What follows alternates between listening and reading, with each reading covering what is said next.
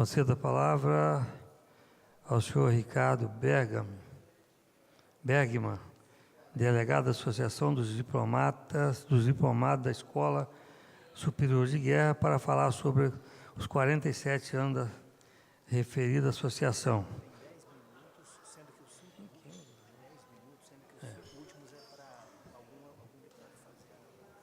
Pois não, você terá, Ricardo, naturalmente 10 minutos, você poderá falar, depois continua 5 minutos. Se algum deputado quiser fazer alguma pergunta, você se dirigirá a você, ok? Pode marcar 10 minutos, por favor. Senhores deputados, deputada Eliana, minha colega Desguiana, deputado Hércules, muito obrigado pela oportunidade.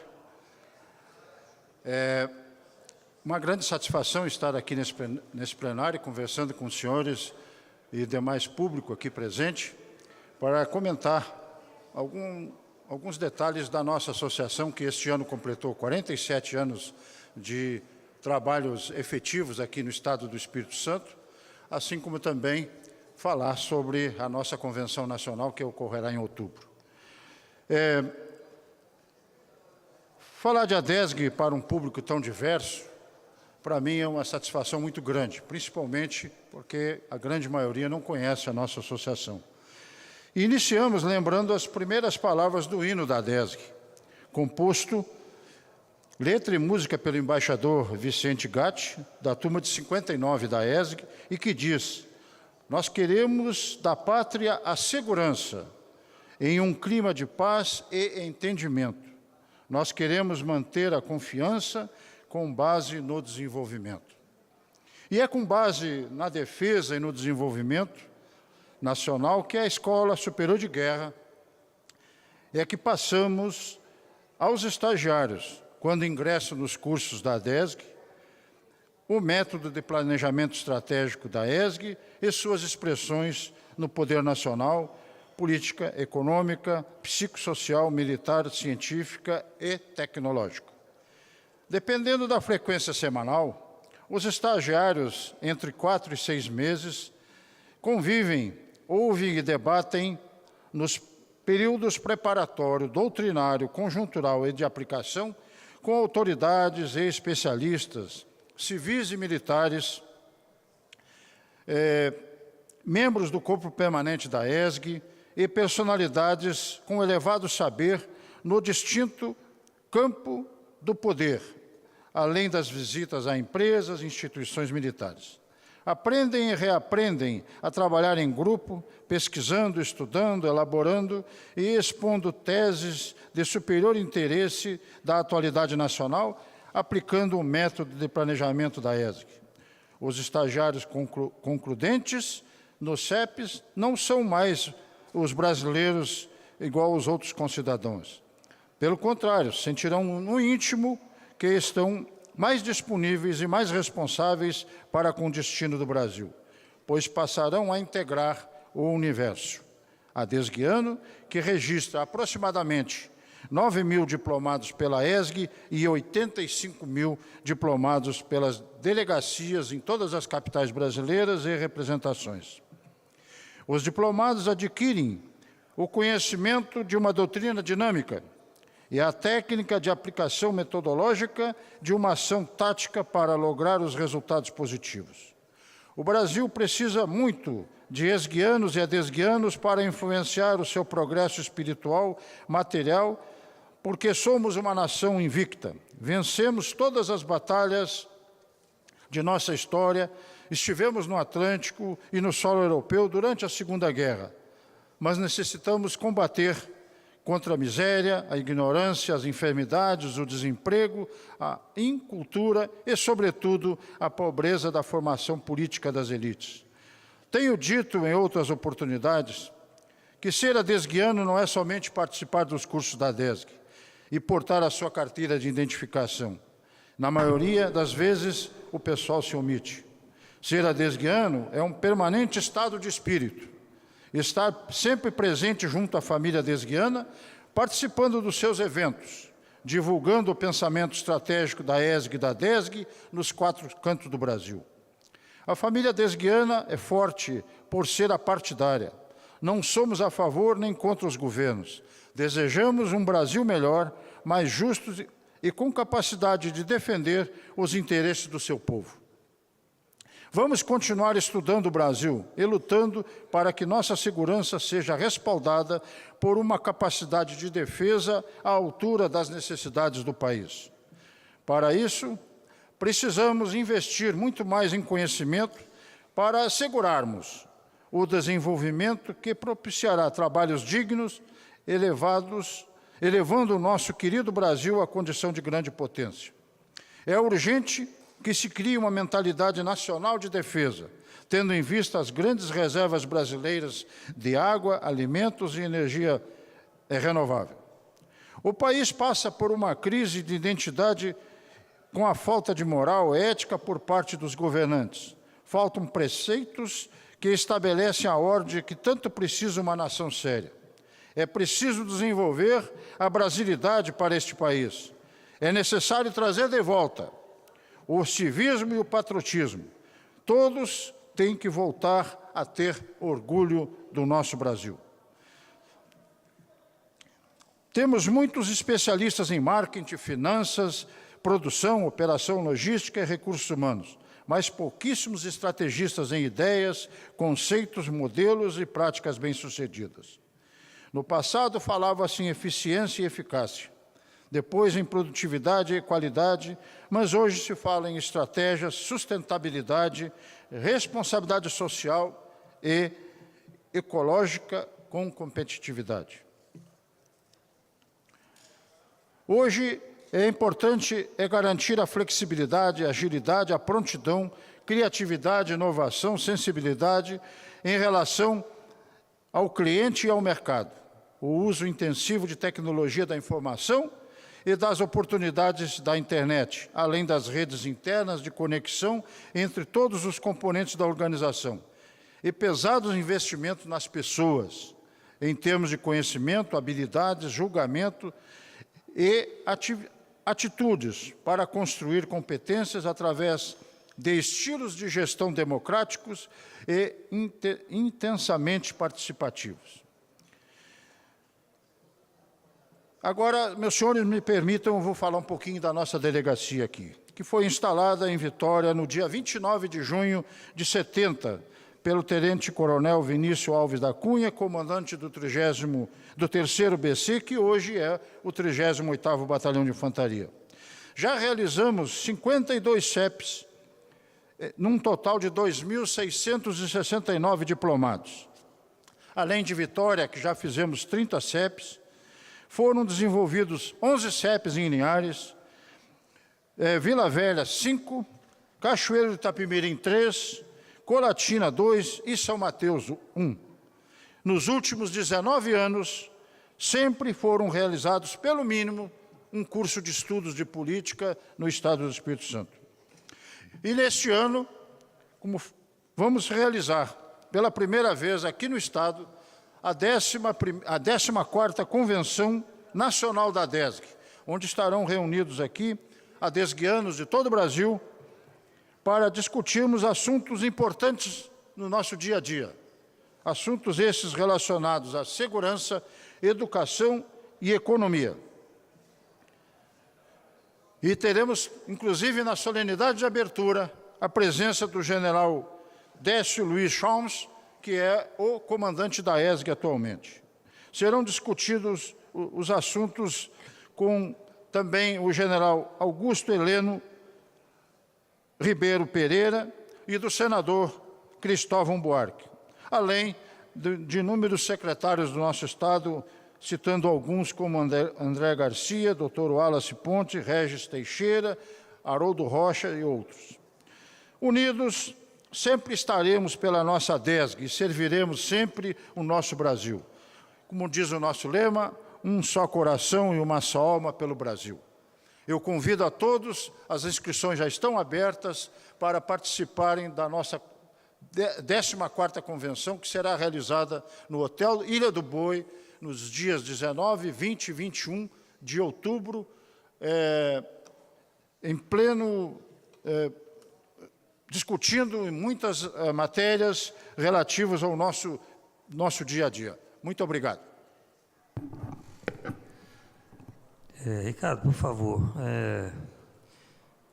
as inscrições são feitas através do endereço...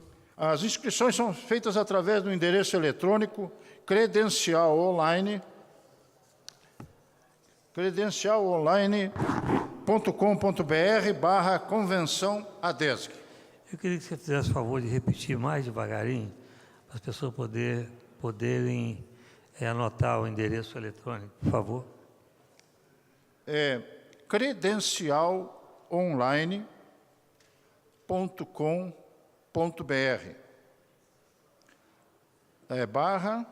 /convenção ADESG. Tem valor, Ricardo? As inscrições que serão efetuadas até 31 de agosto é R$ 220 por pessoa. A partir dessa data, até o início do evento, é R$ 250.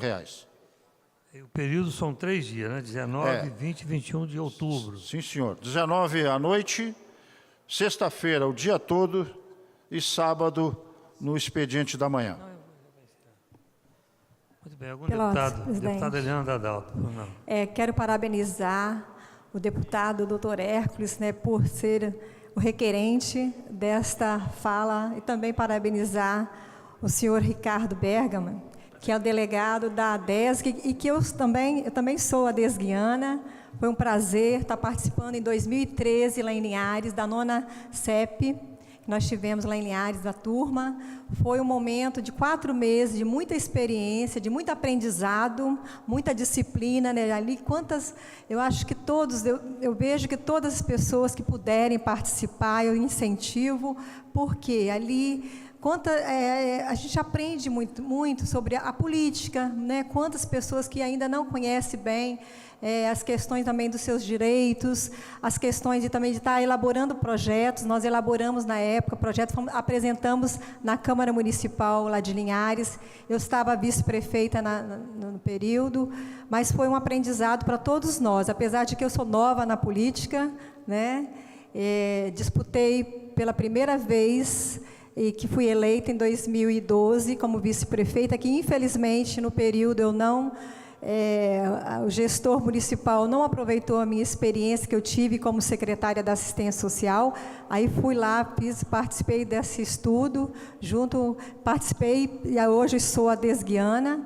E foi um momento que, pelo menos eu apresentei um projeto lá na Câmara Municipal de Linhares, a questão que eu apresentei aqui também na Assembleia, da equipe multidisciplinar nas escolas, com assistentes sociais e psicólogos, pela experiência que eu tive como professora. Inclusive, na época, foi até apresentado lá na Câmara Municipal. E aqui também foi engavetado, mas vou reativar, nós precisamos estar intensificando, vou fazer indicação ao governo, à necessidade desses profissionais. Então, 47 anos da ADESG, em que eu também me incluo como participante, como aluna que fui e sou adesguiana. É um prazer estar, né, ouvindo a fala do nosso delegado Ricardo. Parabéns pela explanação. E que Linhares, foram 11 turmas, eu fui a 9ª turma, e Linhares, eu acredito que está aí despontando.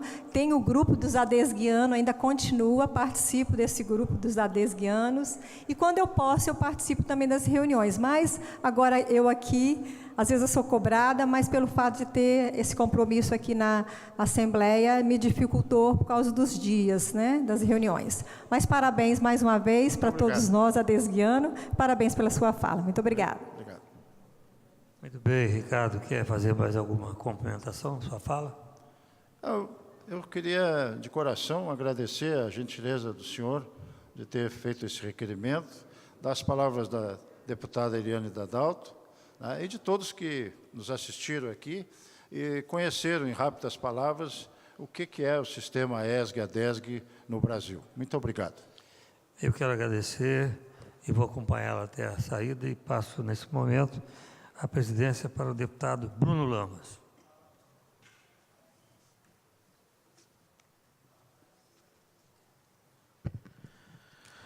Agradecemos ao doutor Hércules e ao senhor Ricardo Bergam.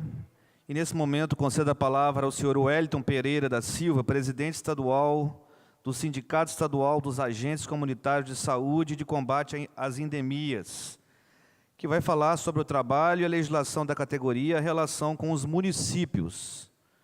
De autoria, o requerimento do deputado Bruno Lamas. O senhor Wellington pode ficar à vontade e fará uso do tempo regimental de até 15 minutos. Boa tarde, eu sou o Wellington, como o nobre deputado Bruno Lamas apresentou, sou presidente estadual do Sindicato dos Agentes Comunitários de Saúde, Endemia. Gostaria de saudar inicialmente a pessoa do nobre e excelentíssimo deputado, que fez o requerimento em prol da nossa luta, que é a luta da categoria, e em prol da nossa classe. E gostaria de saudar os deputados presentes no plenário, saudar a plateia, gostaria de saudar os internautas e as pessoas que estão nos gabinetes nos assistindo. Eu gostaria de me apresentar como profissional. Sou profissional hoje, eu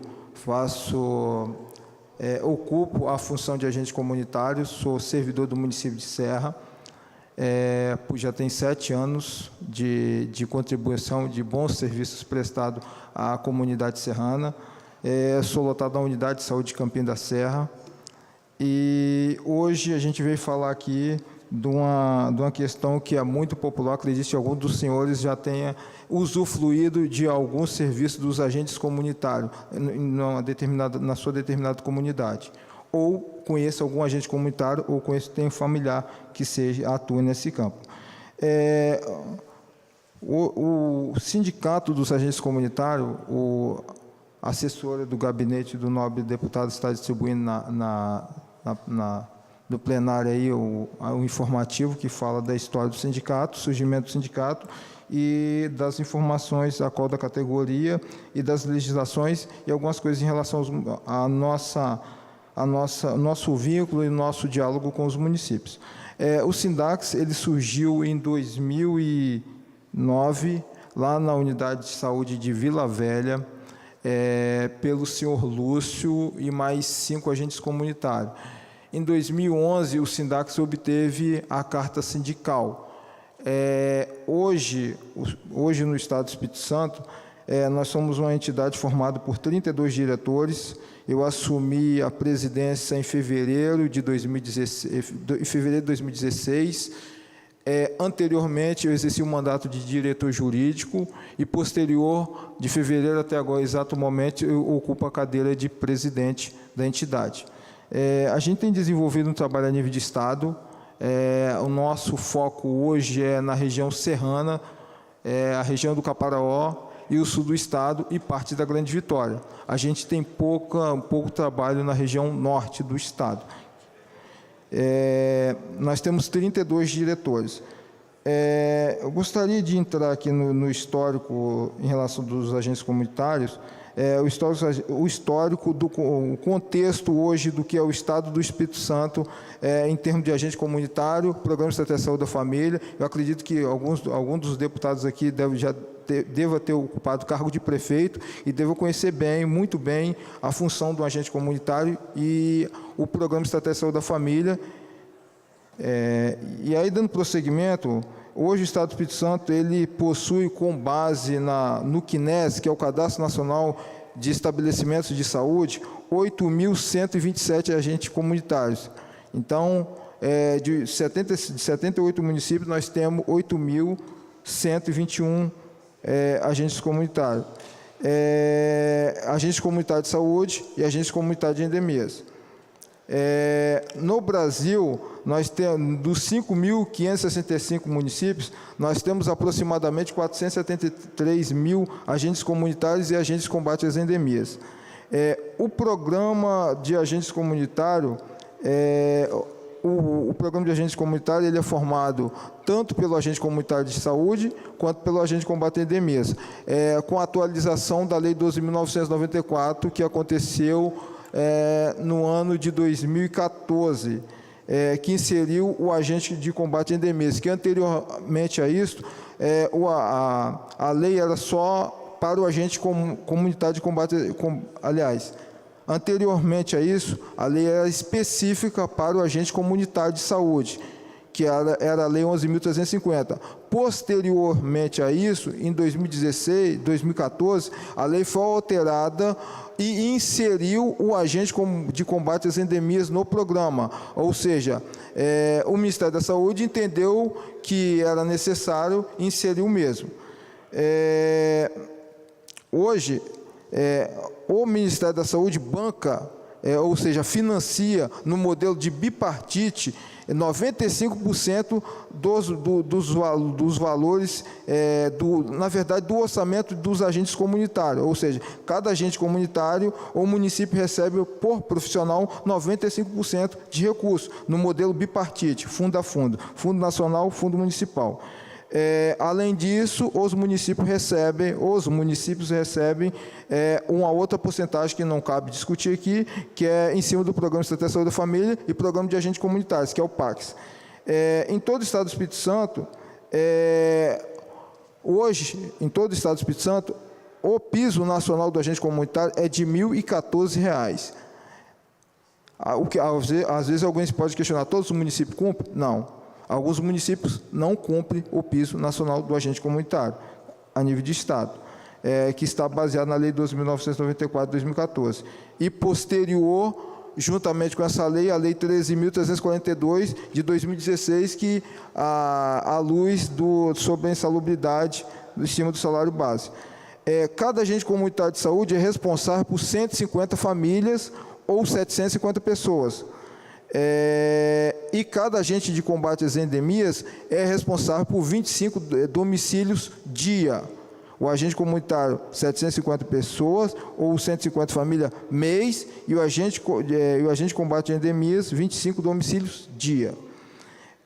O trabalho do agente comunitário de saúde, a especialidade dele é a educação em saúde, a prevenção. Já o agente de combate a endemias é especificamente na questão do combate exclusivo ao combate a vetores, proliferadores, como as doenças específicas e típicas do país tropical, como dengue, chikungunya, febre amarela e outras.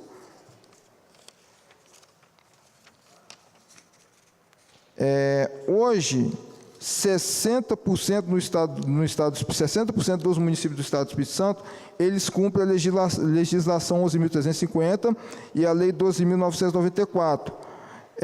E conforme o artigo 198 da Constituição Federal. Ou seja, resumindo, o agente comunitário de saúde e o agente de combate às endemias é uma das poucas profissões existentes no país que estão previstas na Constituição. Quando a Constituição foi criada, o agente comunitário ele foi inserido na Constituição, o artigo 198. E posterior vieram outras leis para aprimorar essa questão. 40% dos municípios do universo de 100% não cumpre a legislação, possui vínculos precários. Ou seja, que diz, lá no artigo 198, diz que o agente comunitário deve ser ou seletista ou estatutário, ou qualquer outra modalidade que o município escolher dentro desses dois conceitos. Agora, tem município que utiliza algumas prerrogativas que vão totalmente na contramão da jurisprudência. Além disso, hoje o agente comunitário, ele para investir no serviço público, conforme o artigo 37 da Constituição, ele precisa inicialmente ter apenas o nível fundamental.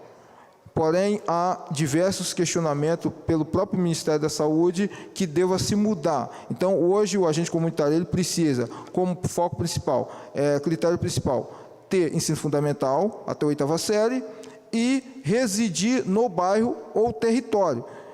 A maioria dos municípios diz, só explicar o que é bairro, o que é território. Território é quando o município divide o bairro em vários pedaços, ou seja, em vários quarteirões.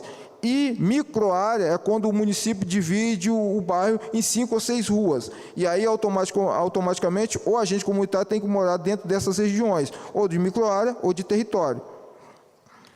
A outra questão é em relação à investidura, que eu já falei, que o agente comunitário pode participar, pode entrar no serviço, investir no serviço público de forma concurso público, que é concurso público para vínculo estatutário, ou processo seletivo público para seletista, que hoje está havendo uma grande divergência em relação a isso.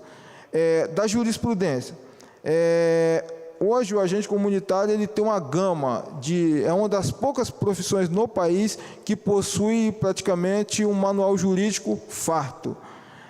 O agente comunitário ele está previsto no artigo 198 da Constituição, que define a questão dos vínculos nos estados e municípios. Ele está na Lei 11.350, de 2006, que cria a função e estabelece as prerrogativas do agente comunitário de saúde.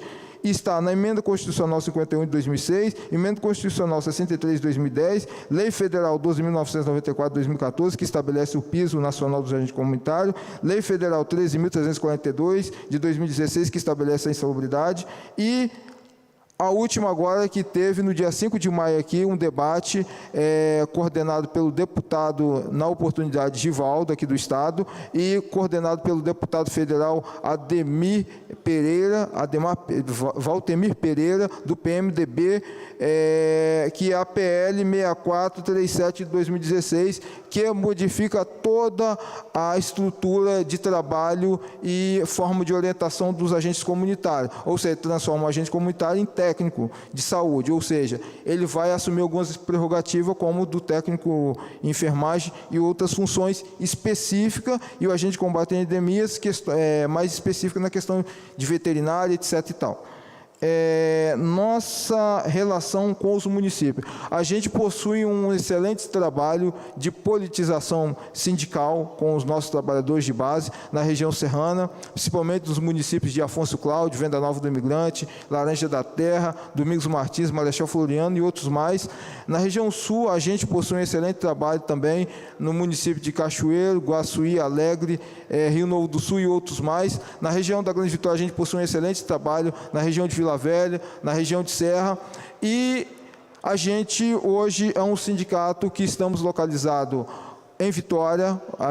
O endereço continua, no documento o endereço está o endereço de Serra, porém a gente está lotado hoje com a sala no centro de Vitória, edifício Rural Banks, 18º andar, sala 1803, e a gente está lutando hoje por melhorias em prol de orientar essa categoria, que é uma categoria muito antiga no serviço público, que, lamentavelmente, alguns municípios, os prefeitos, a própria Câmara, não tem dado uma atenção no aspecto de ajustar as legislações, procurar inserir o agente comunitário hoje no conceito de saúde pública, de forma que ele possa contribuir e fazer a diferença, porque, lamentavelmente, hoje no nosso Estado do Espírito Santo, digo dos agentes comunitários, o agente comunitário é o Estado, os municípios dentro da casa do domiciliado, dentro da casa do contribuinte.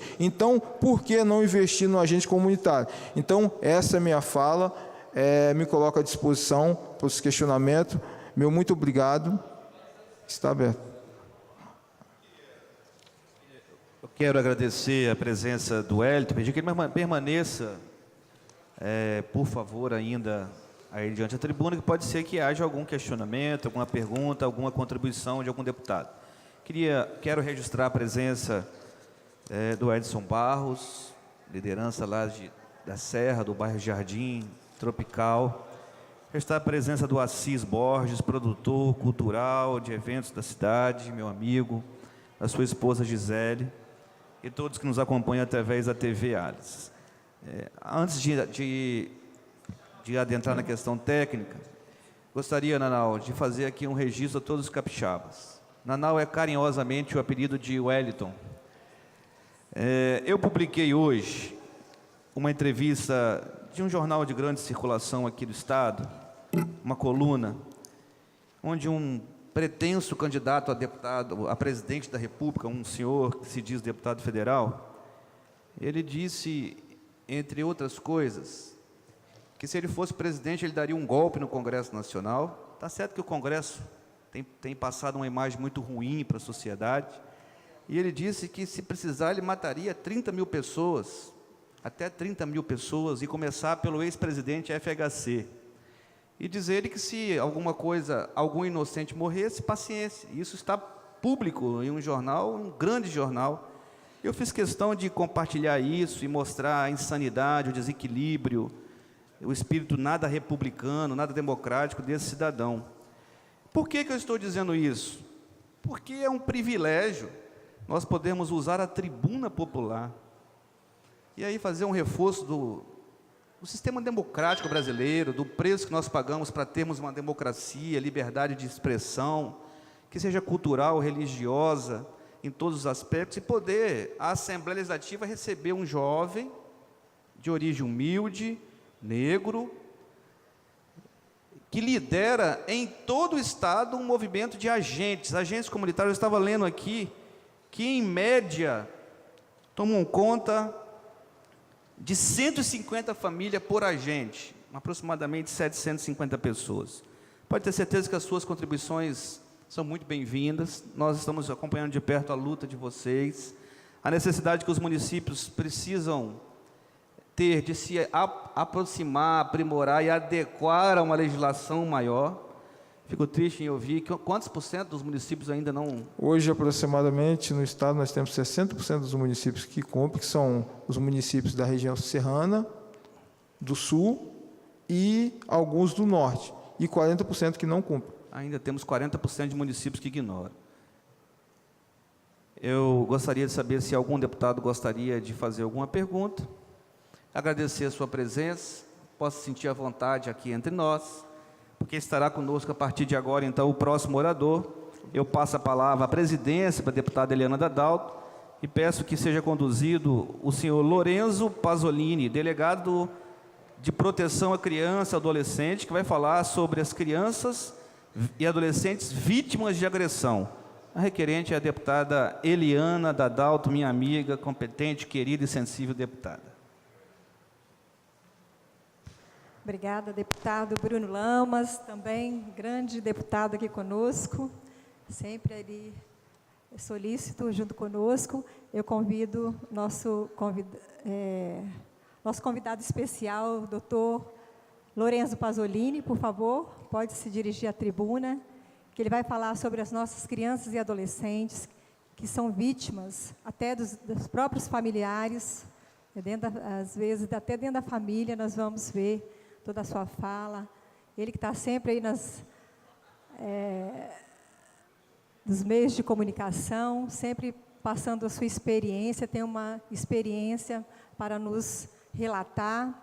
São experiências tristes, mas que são reais, que vem acontecendo no nosso estado do Espírito Santo. Infelizmente, eu agradeço de coração, tá, doutor Lorenzo Pasolini, novo, mas com uma grande experiência. Por favor, fique à vontade.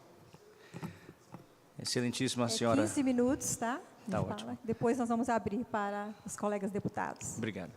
Deputada Eliana Dadalto, em nome de quem a Polícia Civil e, sobretudo, a DPCA agradece imensamente o convite pela oportunidade de estar aqui hoje e de expor um pouco do nosso trabalho enquanto Polícia Judiciária, enquanto tem sido feito no dia a dia. Deputado Gilson Lopes, delegado de polícia, que muito honra a Polícia Civil Capixaba e esse parlamento. Deputado Ismael, nosso parceiro, sempre presente lá na Delegacia de Polícia DPCA, ajudando e colaborando. Nosso professor, de quem tive a honra de ser aluno e aprender, com certeza, lições valiosas para a vida e, sobretudo, lições de ética, de bom costume e, sobretudo, que nos honra, lições morais.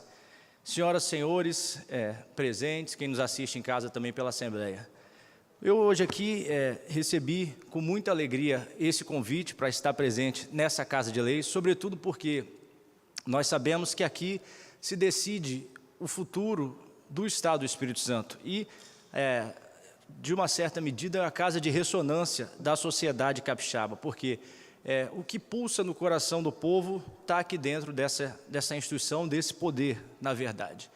Então, hoje nós temos, com muita tristeza, que nós vemos alguns casos que acontecem no nosso dia a dia e acontecem nessa sociedade, não só aqui no Espírito Santo, como no Brasil. casos de violência, sobretudo violências sexuais, de abuso de direitos, de violações, de sofrimento que são impostas a crianças e adolescentes.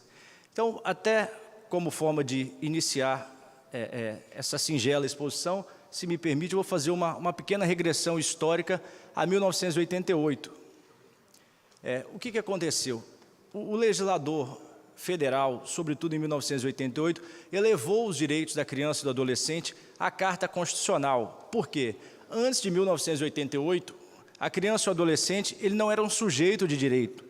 Ele não tinha direitos efetivos, não era sujeito de direito, era apenas um objeto, seja um objeto de tutela familiar ou um objeto de tutela estatal. Não tinha direitos reconhecidos na Carta Magna. Então, deputada Eliana, a partir de 1988, com a promulgação da Constituição da Carta Cidadã, nós tivemos essa elevação dos direitos da criança e adolescente a um grau, a um nível constitucional. E isso ficou claro lá, muito claro no artigo 227, que foi recebendo alterações posteriores e uma redação atual que assegura o direito à saúde, à segurança, ao bem-estar, ao desenvolvimento social adequado dessas crianças e adolescentes brasileiros e, obviamente, das nossas, as capixabas.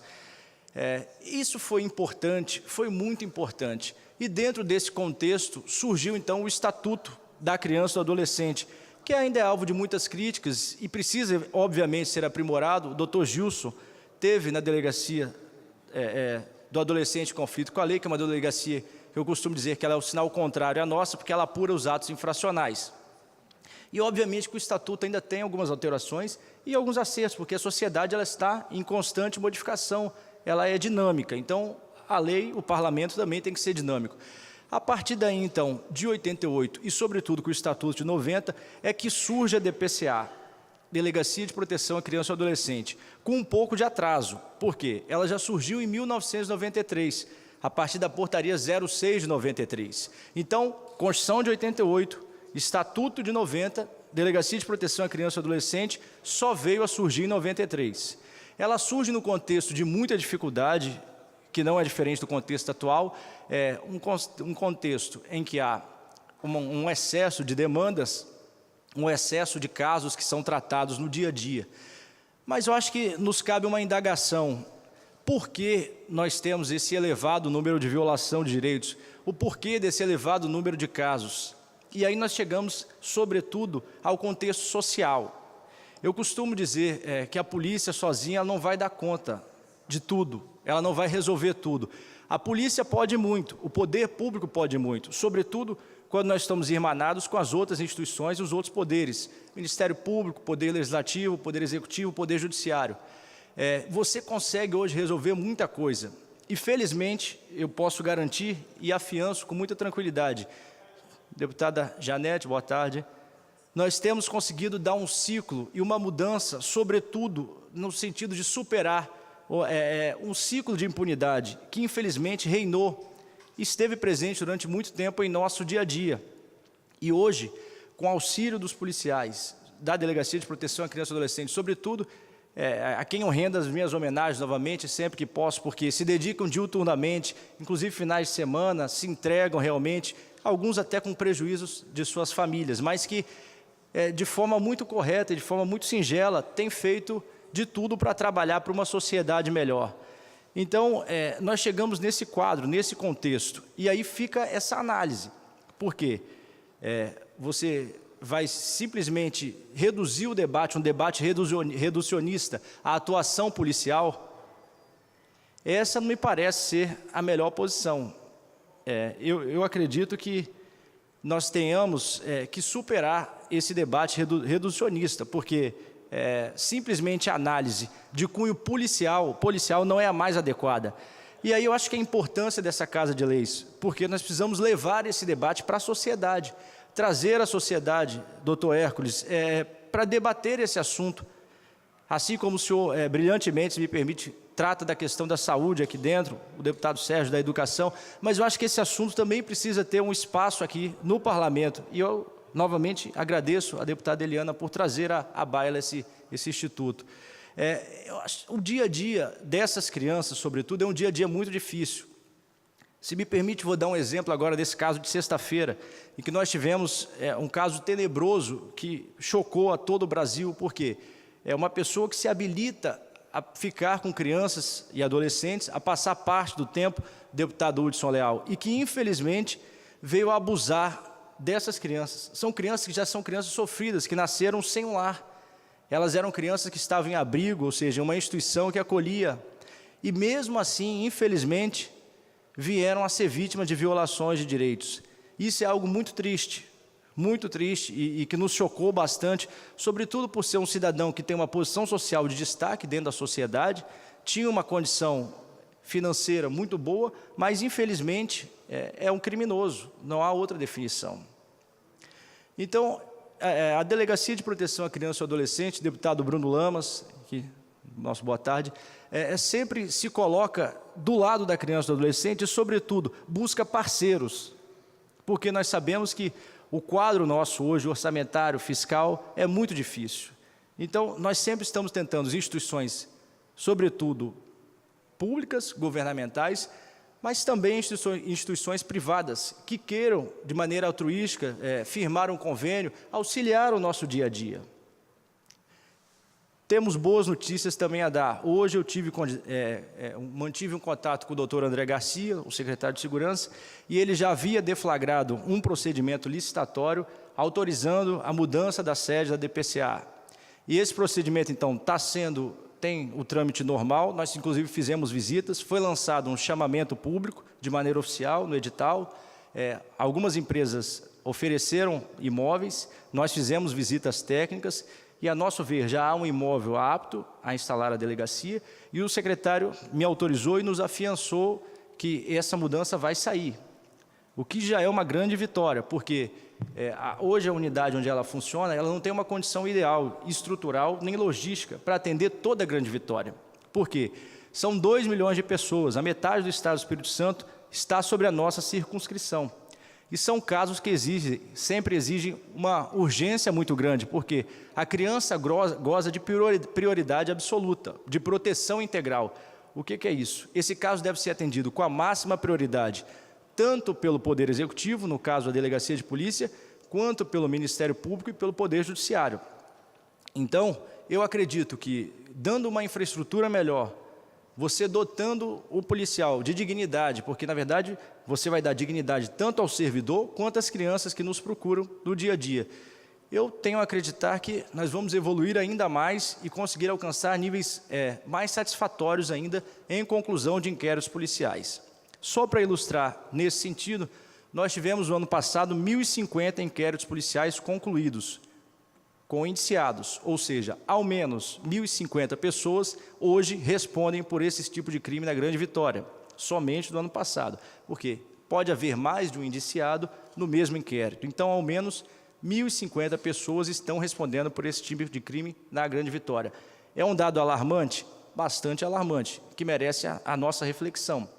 Em relação ao número de prisões, foram 60 prisões, deputado Ismael, de pessoas envolvidas nesse tipo de crime. Também é um dado que choca.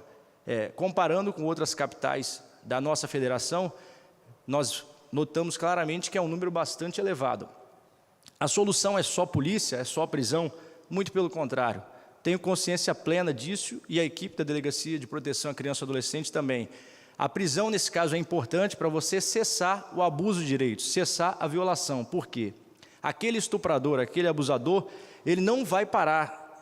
Isso a experiência comprova e a literatura também. Ele não vai cessar a sua atividade, doutor Hércules, se ele não for preso. Isso é fato, não há nenhum tipo de controvérsia quanto a isso. Agora, após a prisão, ele necessita de um acompanhamento, ele necessita de um atendimento, ele necessita de um tipo de atendimento psicossocial com uma equipe preparada. Por quê? No Brasil não existe prisão de morte, via de regra, nem prisão perpétua. Então, uma hora ou outra ele vai conviver, vai voltar a conviver em sociedade. Por isso que nós defendemos que a prisão ela é importante, mas não é o fim. A prisão é o fim do abuso, mas é o início de algo, de um trabalho, deputada Janete, que precisa ser feito. Porque esse abusador vai voltar a conviver conosco, vai voltar à sociedade. Então, é fundamental que ele receba esse atendimento. E, além disso, costumo dizer que, infelizmente, o sistema penal brasileiro se esquece das vítimas. Por quê? Eu recebo diariamente na delegacia pessoas que foram vitimadas, e que não tem condição de pagar sequer a passagem para chegar ao CRAS ou ao CREAS, para receber o atendimento psicossocial, para levar seu filho. Inclusive, agora eu estava com uma senhora na minha frente. Então, isso é muito triste. O sistema penal, o sistema jurídico penal brasileiro, não pode dar as costas para a vítima. A vítima ela é esquecida, ela só é lembrada no dia da audiência. E ela encontra com seu abusador nos corredores dos fóruns e sentam frente a frente antes da audiência. Imagina a condição de uma criança de 6, 7 anos de idade prestar um depoimento judicial e ela está ali aguardando 10, 15 minutos para a audiência começar, frente a frente com o abusador. Infelizmente, isso ainda ocorre, é uma realidade. Sabemos do empenho do Poder Judiciário, do Ministério Público, dos juízes, diretores de fórum, mas também, talvez por questões de logística e de dificuldade financeira do dia a dia, muitas das vezes isso ainda acontece. Eu acho que eu sou otimista por natureza, acredito muito na melhora, conseguimos de forma singela, humilde, com trabalho diário, paulatino e gradativo, transformar uma unidade. Isso eu posso afiançar aos senhores. Hoje, não atingimos o nível de excelência, longe disso, mas acho que fazemos o que é possível dentro da realidade. Isso é importante, que temos nossa consciência tranquila. Estamos abertos à colaboração, estamos abertos ao diálogo, temos vários equívocos também, sem dúvida nenhuma, e isso é bastante claro, temos humildade em reconhecer, mas estamos, sobretudo, dispostos a melhorar, a ouvir, dialogar, conversar e melhorar. Havendo oportunidade, se me permite, deputada Eliana, até, caso essa Casa de Leis ou algum dos excelentíssimos senhores deputados se proponha a inserir emendas com muita humildade que nos permitam dotar a delegacia de condições melhores de atendimento, na lei orçamentária anual ou no PPA, no LO, o que for possível. A DPCA está aberta a todo tipo de convênio, de forma bastante clara e singela. Estamos lá para trabalhar com simplicidade, mas pelo bem de nossas crianças. Então, caso seja possível, fica o nosso apelo, realmente, se nós pudermos dotar ou firmarmos convênio dessa Casa de Leis ou por via de emenda parlamentares, iremos receber com muita alegria e simplicidade. Agradeço a oportunidade novamente e vamos ficando por aqui. Nós que agradecemos, doutor Lorenzo Pasolini. Ele já esteve conosco, foi um prazer tê-lo conosco na Comissão da Assistência Social. Eu falo nós, que é de todos nós, né? Quando a gente fala em comissão, todos precisam participar da assistência social, agora que está conosco, e teremos também, dia 4 de setembro, às 19 horas, nós teremos uma audiência pública. Aproveito a oportunidade, convido a todos para participarem conosco, os deputados aqui, que é muito importante a gente discutir isso. Nossas crianças e adolescentes não podem ser mais violados, né? Nós precisamos que os direitos deles sejam garantidos. Por isso, eu abro agora espaço para o nosso colega deputado Gilcinho Lopes. Quero parabenizar a Vossa Excelência, deputada Eliana Dadalto, por estar trazendo aqui para fazer um esclarecimento sobre o trabalho importante que a DPCA faz no Estado do Espírito Santo no combate a esse crime brutal. Porque eu conversava com o Carlinhos Fofoca, Jornal Espírito Santo hoje, e às vezes a gente chega a pensar que essas pessoas, elas não têm as faculdades mentais claras. Se um psiquiatra for observar, ela tem deficiência. E o doutor Lorenzo Pasolini, com a sua equipe, uma pequena equipe, porque a delegacia necessita de mais profissionais, de melhores condições, como ele já disse aqui. Doutor André Garcia já autorizou e estão dentro dos trâmites legais, e eu espero que dentro em breve vocês tenham um local digno para poder trabalhar, ter condições de trabalho, porque em todos os dias, você abre os jornais, está a DPCA ali nos jornais, em situações positivas, mas para nós negativas, que deprimem. A gente vê aquela figura daquele cidadão que abusou de 3 crianças seguidas, e uma pessoa que tem influência na sociedade, convive com vários filhos de pessoas que são nossos amigos, né? Então isso é extremamente importante, o trabalho que o senhor, doutor Pasolini, e eu sou suspeito em falar por ser seu colega, mas eu quero dizer, está de parabéns você e toda a sua equipe, que estão trabalhando em prol da sociedade, defendendo e com afinco. Eu sei que mesmo sem condições, às vezes usam o carro particular para ir nas diligências, às vezes tiram dinheiro do bolso para dar para as vítimas, mãe das vítimas, parente das vítimas, para se deslocar até em casa ou levá-los em suas residências. E eu já tive a oportunidade, trabalhei na delegacia delegacia do adolescente em conflito com a lei, e nós tínhamos essas mesmas dificuldades.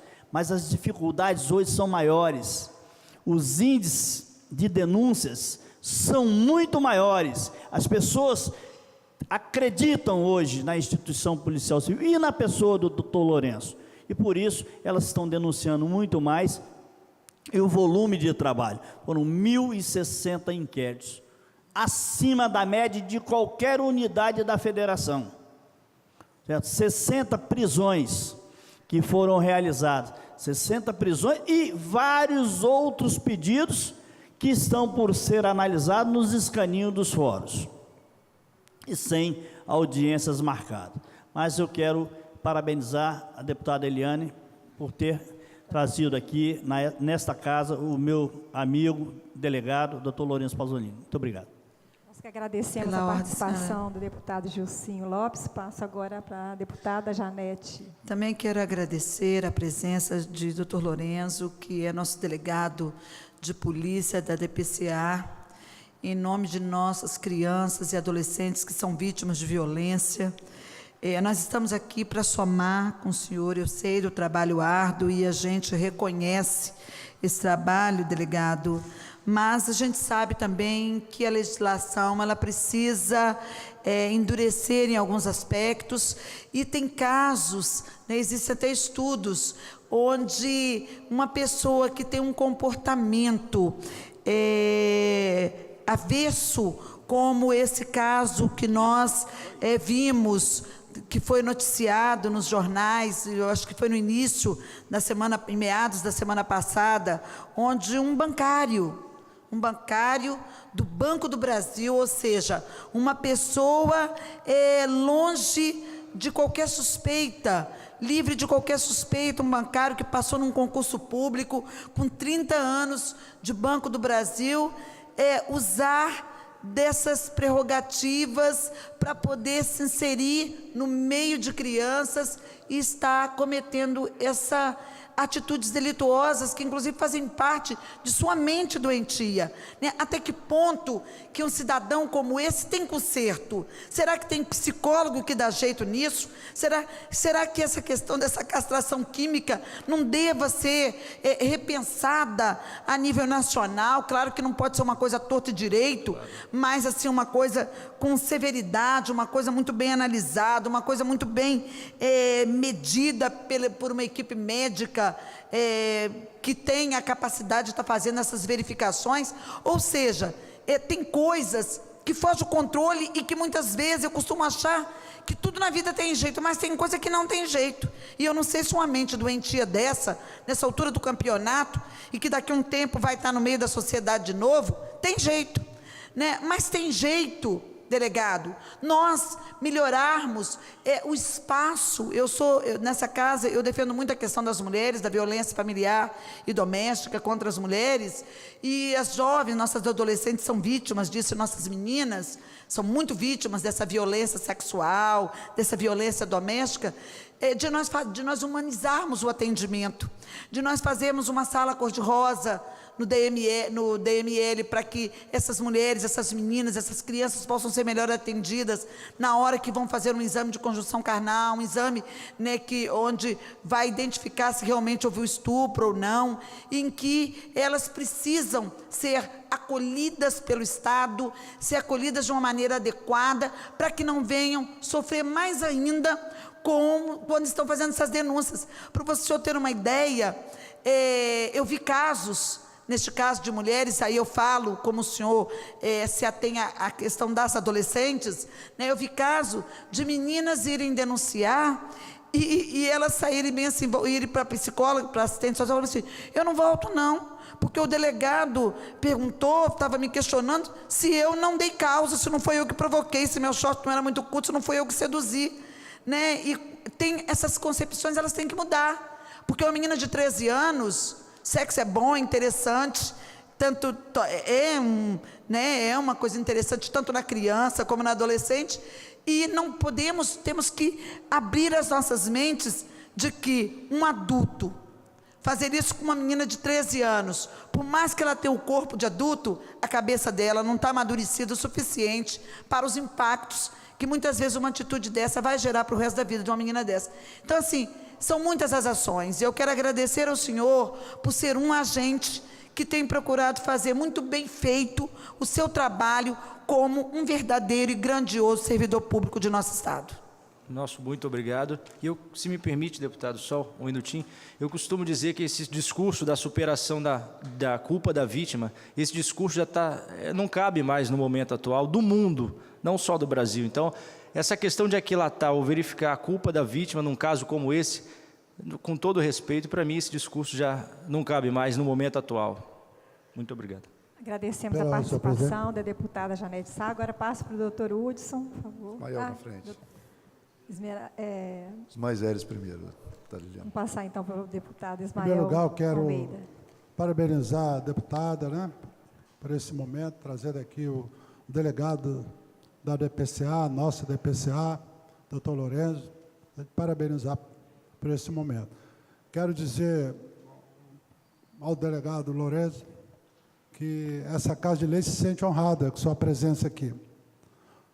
Todos os deputados aqui realmente reconhecem muito o seu empenho, esforço, dedicação, com tão poucos recursos, conseguindo tão grandes resultados. Está de parabéns. Todos aqui realmente reconhecem isso. Mas queria colocar para o delegado, esse final de semana eu participei de um seminário com o delegado federal Guilherme Schelber, talvez você conheça, né? E realmente a gente sai de lá um pouco preocupado, lá em Cariacica, o que está acontecendo com as nossas crianças. Isso realmente, só abrir o jornal a gente vê o que está acontecendo. Mas o que mais me preocupa muito, eu já coloquei aqui no plenário, deputada, é com relação, muitas vezes, o que está acontecendo nas nossas escolas. As nossas escolas. E ele mostrou muito claro isso. O retrato lá acontece aqui também no nosso Estado. Muitas vezes, né, em sala de aula, colocando assuntos que não tem nada a ver para as crianças. É proibido pela Constituição Federal, pelo Estatuto da Criança e Adolescente, mas acontece. Né? Ele é muito claro que ele coloca que é um projeto para erotizar nossas crianças. Estão erotizando a nossa criança em sala de aula.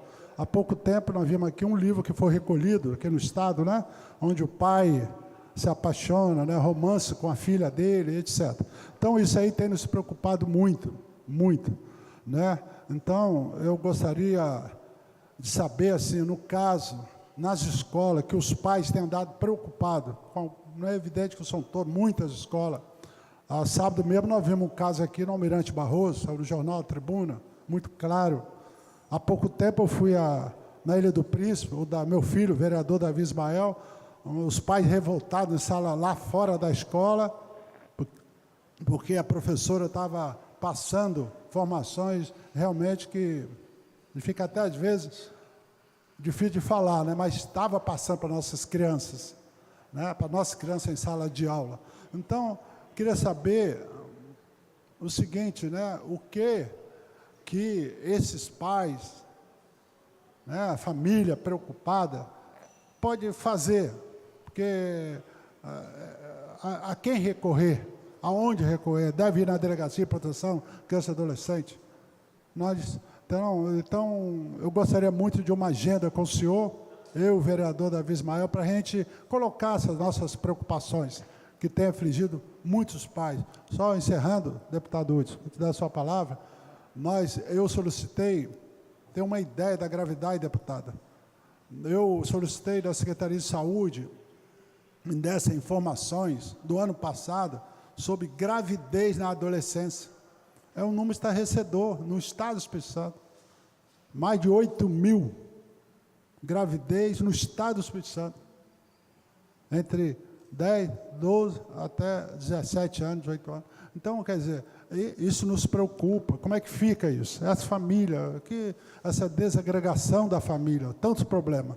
Então, gostaria, desde já, de dizer que nós vamos ligar para lá, uma agenda, para que pudéssemos se inteirar mais, conversar, o que pode estar fazendo com relação a essa grande preocupação, onde nunca a gente devia ter, né? Nunca ter preocupação com a escola, nunca devia ter, mas é uma realidade, é uma realidade. Muito obrigado, senhor presidente. Deixa eu só, deputado, se a senhora me permite, agradecer, deputado Ismael, o senhor que sempre está presente lá na delegacia e até nessa parceria de realmente, na nova sede, se Deus quiser, um sonho que a mão do senhor, a participação ali foi muito efetiva, nós sabemos disso, e o auxílio que o senhor tem prestado à DPCA, sem dúvida nenhuma, marca a nossa equipe, o nosso agradecimento de público. Nesse caso do livro da Elidegalda, foi um caso emblemático, porque nós aqui, um estado com 4 milhões de pessoas, conseguimos ter uma ação proativa que mudou e gerou uma consequência para o Brasil todo. Por quê? A partir daquele fato, daquela ação e a divulgação das consequências do que aconteceu, isso repercutiu no Brasil inteiro. Esse livro foi retirado de circulação e foi recolhido em todas as unidades da federação. Então, apesar de que foi algo ruim, mas que o Espírito Santo mostrou uma capacidade de resolver o problema com rapidez, com celeridade e, de uma certa forma, foi determinante para a alteração em todo o restante do nosso país. Obrigado. Passo agora a palavra ao deputado doutor Hudson Leal. Parabéns, Eliana, pela sua iniciativa. E o delegado Lourenço, parabéns pelo seu trabalho. A gente acompanha pela mídia, a gente vê que seu trabalho é incansável. E está eu e o doutor Hércules aqui de médico. Eu trabalho no Hospital Infantil, ainda presto serviço como médico lá. Então, é um crime que choca, às vezes muitas coisas não chegam, Eliana. Criança de 3 anos, 5 anos, o senhor deve saber, e isso é comum. Então, assim, os médicos abordam, às vezes tem uma suspeita, fala com o assistente social, manda para a polícia, fala, o médico, aí, e pior que às vezes vem processo contra o colega médico, porque é suspeita. Suspeita não quer dizer, você encaminha, não sei se chega o senhor, algumas chega. Então, isso é comum. Então, é uma coisa que muito nos agride a nós médicos, a todos, crianças, adolescentes. Então, quando o senhor disse que o Poder Judiciário está fazendo a sua parte, o Executivo está precisando de dinheiro, a gente sabe o que está precisando, precisa de estrutura melhor. Mas essa Casa de Leis, hoje deu entrada aqui de autoria do deputado Marcelo Santos, não sei se o senhor está sabendo, o projeto de lei número 288, que dispõe sobre a criação estadual de pedófilos. É o banco de dados. É, um banco de dados. Ele deu dando início hoje, foi lido hoje. Criação estadual de pedófilos. É o cadastro de pedófilos. Então, a gente tem isso, acho que é uma maneira de você inibir. Quando o Gilcim fala da pedofilia, como a necrofilia, outras, isso é patologia psiquiátrica com CID, inclusive, né? Parafilia, né? Então, você tem que... Nós vamos fazer um esforço de tentar passar isso, é uma maneira de inibir, né? E a maioria das vezes está dentro de casa, é um padrasto, às vezes um tio, um irmão, e muitas vezes o próprio pai da criança. Então, parabéns, e a gente, assim, precisar dessa Casa de Leis, pode ter certeza que você vai ser convidado para vir mais vezes aqui para falar. Obrigado. Doutor Hudson, agradeço a intervenção, e sobretudo porque o profissional da saúde, ele é o nosso grande parceiro. Além da notificação compulsória que ele faz por obrigação legal, mas nós sentimos uma obrigação moral, porque muitas das vezes o telefone toca 11, meia-noite, o médico que está de plantão, ele tem assistente social tem o meu número lá na instituição, e eles passam, ele pede para falar comigo, porque ele quer que aquele caso seja apurado, porque gera uma indignação para o cidadão e, sobretudo, para o profissional da saúde e para o médico. Então, nosso agradecimento pela intervenção e, em nome da nossa unidade, nós agradecemos ao senhor, ao doutor Hércules, a todos os médicos que, com certeza, nos auxiliam 24 horas por dia. Lembrando, doutor Hudson, deputado doutor Hudson, que nós teremos dia 4 de setembro, vou retornar, reforçar, inclusive com a presença do doutor Leonardo Pasolini, aqui, Lourenço Pasolini, junto conosco, porque é importante vocês, né, nossos colegas deputados, estarem presentes neste dia. Vai ser à noite, às 19 horas, que dá para todos participarem. Nós precisamos discutir muito sobre essa questão. Agora eu passo para o deputado, nosso colega Sérgio Majeski. Obrigado, deputada Eliana. Primeiro, parabenizar o delegado Lorenzo Pasolini, que assim como foi um excelente aluno, quando eu tive o prazer de ser seu professor, é um excelente profissional. E eu entendo quando você diz sobre as deficiências que existem para que um trabalho melhor do que o que vocês fazem seja feito. Infelizmente, isso se dá em praticamente todos os segmentos hoje, né? É na Polícia Civil, é na Polícia Militar, é na educação, enfim. Isso porque eu ainda acho que o tempo inteiro se fala que o problema é que não temos dinheiro, né? Não há dinheiro suficiente.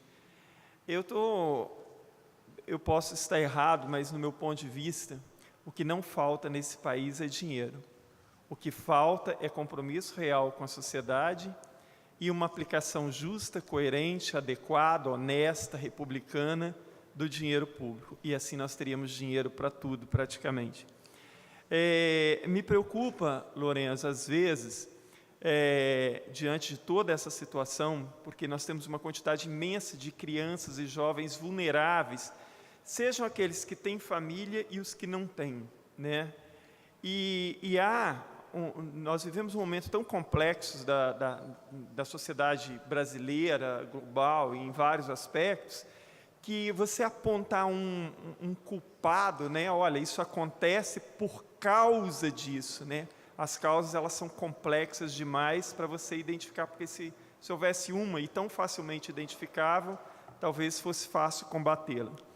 Mas, às vezes, e me preocupa, e aí eu peço até desculpa ao deputado Ismael, um entendimento errado do que ocorre na escola. Então, assim, as pessoas deveriam ir nas escolas para ver o que as escolas efetivamente estão fazendo. A imprensa, ou parte da imprensa, porque generalizações são sempre perigosas, parte da imprensa, sabidamente, ela é espetaculosa, né? Ela, muitas vezes, ela quer chamar atenção, então, assim, uma frase, um ponto que ocorreu, um fato isolado, é tomado como uma prática cotidiana. Então, muito tem se falado em ideologia de gênero e não sei mais o que nas escolas. Primeiro que gênero não é ideologia, né? Segundo, o que as escolas estão fazendo passa longe desse discurso todo. Então, podem ocorrer fatos pontuais e muitas vezes casos de pedofilia são identificados justamente na escola. E não são, deputada Eliana, de forma nenhuma, não são as escolas que estão erotizando os alunos. De forma nenhuma. Mas as escolas estariam sendo criminosas se assim estivesse fazendo.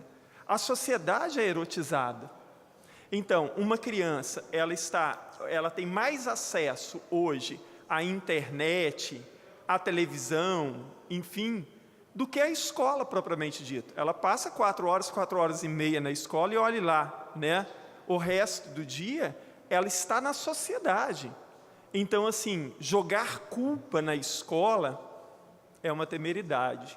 A escola, dentro das suas possibilidades e com aquilo que o Estado oferece, ela tem feito muito para contribuir, para resgatar uma parte dessas crianças e dessa questão toda relacionada a tudo que nós estamos vendo.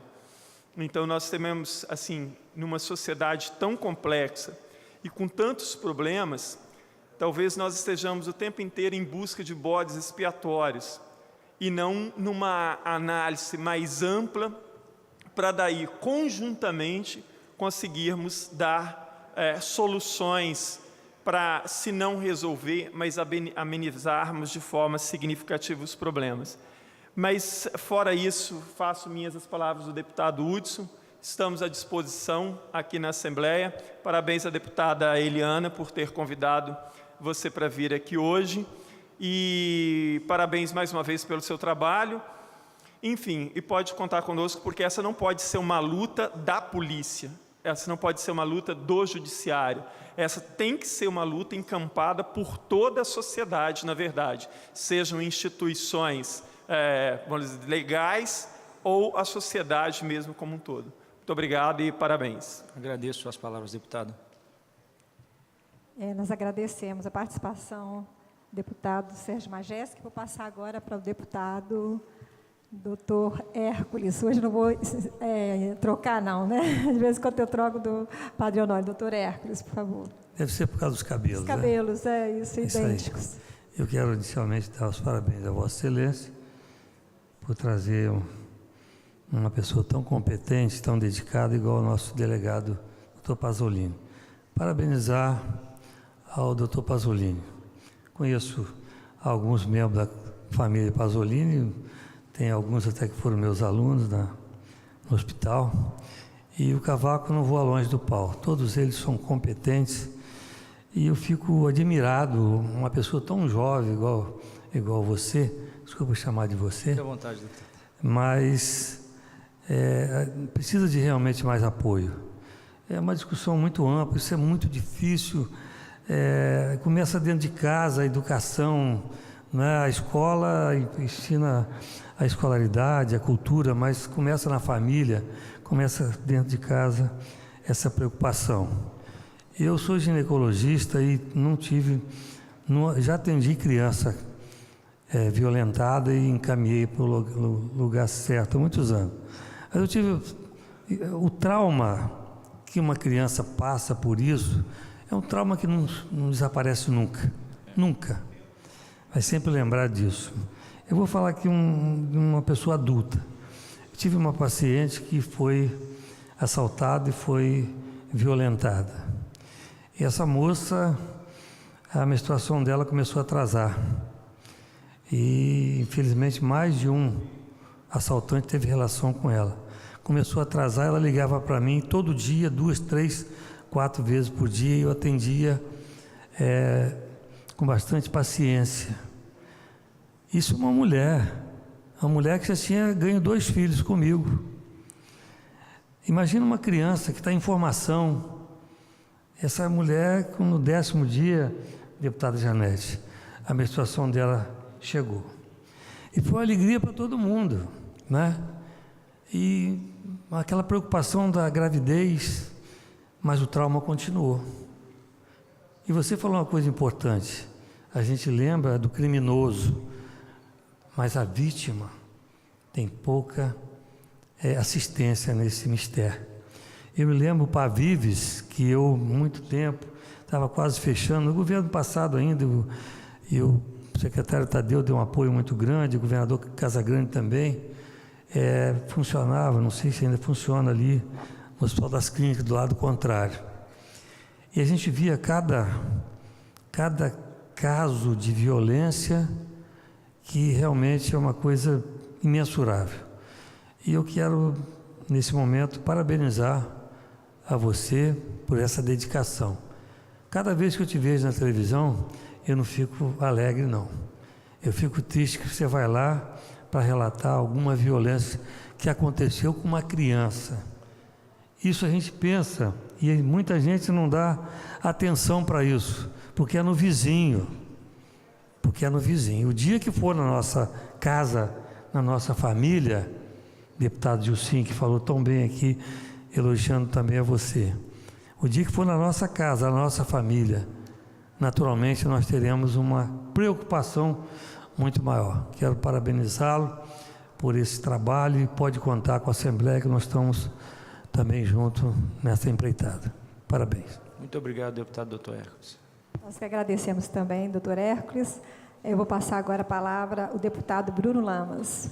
Bom, eu aprendi muitas coisas com a minha família e com os meus pais. Entre eles, que nós temos que fazer o reconhecimento em vida, né? Em público, e fazer os registros daquelas pessoas que, de alguma forma, deputada Eliana, cumprem um papel com propriedade, com sensibilidade, com competência. E aí, primeiro, a sensibilidade da deputada Eliana. Eu participei e assumi um papel agora com ela lá na Comissão de Assistência Social, que ela lidera, e já pude ser beneficiado com um debate de alto nível, 2 debates, um com o Dr. Lorenzo e outro envolvendo o IASES, envolvendo a socioeducação, a reinserção, o papel junto à educação de jovens e adolescentes. Então, nesse momento, eu faço aqui também um reconhecimento ao nosso palestrante, sempre presente, mesmo e com tantas limitações. Eu entendo que essa questão da logística que o doutor Lorenzo coloca é seríssima. A pessoa sair, se deslocar para poder fazer uma denúncia, uma coisa que já é complexa. Peço aí um olhar sensível da nossa Secretaria de Segurança Pública, doutor André Garcia e toda a sua equipe, e parabenizo pelo seu trabalho. Como disse o doutor Exo, bom se não aparecesse, mas já que nós temos um problema, nós temos a violência praticada contra a mulher, nós temos a violência praticada contra as crianças, e infelizmente o Espírito Santo vem liderando esse ranking, apesar de todos os esforços. Que bom que nós temos uma autoridade competente, jovem e focada em diminuir os índices e colocar na cadeia, atrás das grades, aqueles que cometem um erro, um crime que é bíblico, inclusive. Está muito claro quanto a aqueles que encostaram um dedo sequer nesses pequeninos. Então, que Deus te abençoe, te dê sabedoria, força, discernimento, e que a Assembleia possa cumprir o seu papel, que seja na teoria, como nós fizemos hoje, ou na prática, na hora de votar o orçamento estadual aqui e fazer lembrar esse importante trabalho. Muito obrigado, deputada Eliana. Obrigado, deputado Bruno Lamas, pelas palavras. Nós também agradecemos, do Bruno Lamas, todos nós que estamos assistindo, pela participação de todos os nossos colegas deputados. Como bem falou todos, dessa questão da criança e do adolescente, tanta maldade que a gente vê no adulto, Um adulto, gostaria, deputado Gilcinho, por favor. Deputada, eu só, em cima do que o doutor Lorenzo Pasolini colocou, questão das emendas, no orçamento, no PPA, nós colocamos emenda para a segurança pública, certo? E com relação às emendas parlamentares, elas, em se tratando de órgão do Executivo, a gente não pode estar encaminhando, certo? Se tivesse alguma entidade que trabalhe em conjunto com vocês lá, que a gente pudesse estar formalizando essas emendas, estou tranquilo e receptivo a atender a entidade para fazer um encaminhamento da emenda. Tá ótimo. Obrigado, doutor Gilson. Deputado Bruno Lamas, lembrando, semana passada nós tivemos, quando ele estava falando sobre as discussões que nós já tivemos lá na Comissão da Assistência, foi 11 anos da Lei Maria da Penha, nós tivemos semana passada, foi muito rica também a discussão, e o delegado Dr. Lorenzo Pasolini participou conosco de uma das comissões também, mas nós vamos ter agora, dia 4 de setembro, audiência pública com a presença, com a participação já confirmada, doutor Lorenzo? Com certeza. E a gente agradece. Nós vamos discutir muito sobre essa questão, porque é importante que todos que estão nos assistindo que participem, que venham participar conosco, todos esses que estão sendo lesados por essa questão, que venham participar aqui conosco, que venham dar contribuição. Eu acho importante ter esse espaço, justamente, que quanto mais divulga, menos problema nós vamos ter no futuro. Eu também acredito no seu trabalho, parabenizo o seu trabalho, que vem realizando aqui no nosso Estado do Espírito Santo, de forma tão emotiva. Eu vejo emoção no seu trabalho, eu vejo, porque mexe muito com o coração das pessoas, e isso, há necessidade desse olhar que eu vejo na sua pessoa. Parabéns por esse trabalho maravilhoso que vem realizando no Estado do Espírito Santo, e a gente quer deixar mais alguém que queira fazer as considerações finais, algum deputado? Eu coloco, então, para fazer as considerações finais para o doutor Lorenzo. Eu vou ser breve. Na verdade, é mais um agradecimento pelo convite que a senhora, deputada Eliana Dadalto, nos proporcionou, agradecimento aos demais parlamentares pelas intercessões, sobretudo por ouvir, pelas sugestões também, isso é muito importante para nós, levamos em consideração, E agradecimento ao debate, porque essa Casa de Leis se mostra mais uma vez vanguardista, se mostra à frente do seu tempo e apta a debater um tema que hoje, infelizmente, atinge a nossa sociedade, atinge as crianças e adolescentes, mas que não pode ser jogado para debaixo do tapete. Eu costumo dizer que a grande arma contra o abuso sexual é a informação e o acompanhamento, ou seja, a educação. Nós aqui estamos também informando, porque esse sinal da TV Assembleia chega na casa das pessoas, as pessoas vão repercutir, vão discutir com os filhos, isso é muito importante. Uma criança que está educada, que ela recebeu uma orientação de que um adulto não pode tocá-la, de que um adulto não pode maliciosamente levá-la para um local inadequado, é uma criança cuja chance de ser vítima de violência sexual ela é infinitamente inferior. Então, reitero os meus agradecimentos e parabenizo essa casa pelo debate, pela educação e pela informação, que é a nossa grande arma contra o abuso sexual. Muito obrigada, doutor Lourenço, um abraço.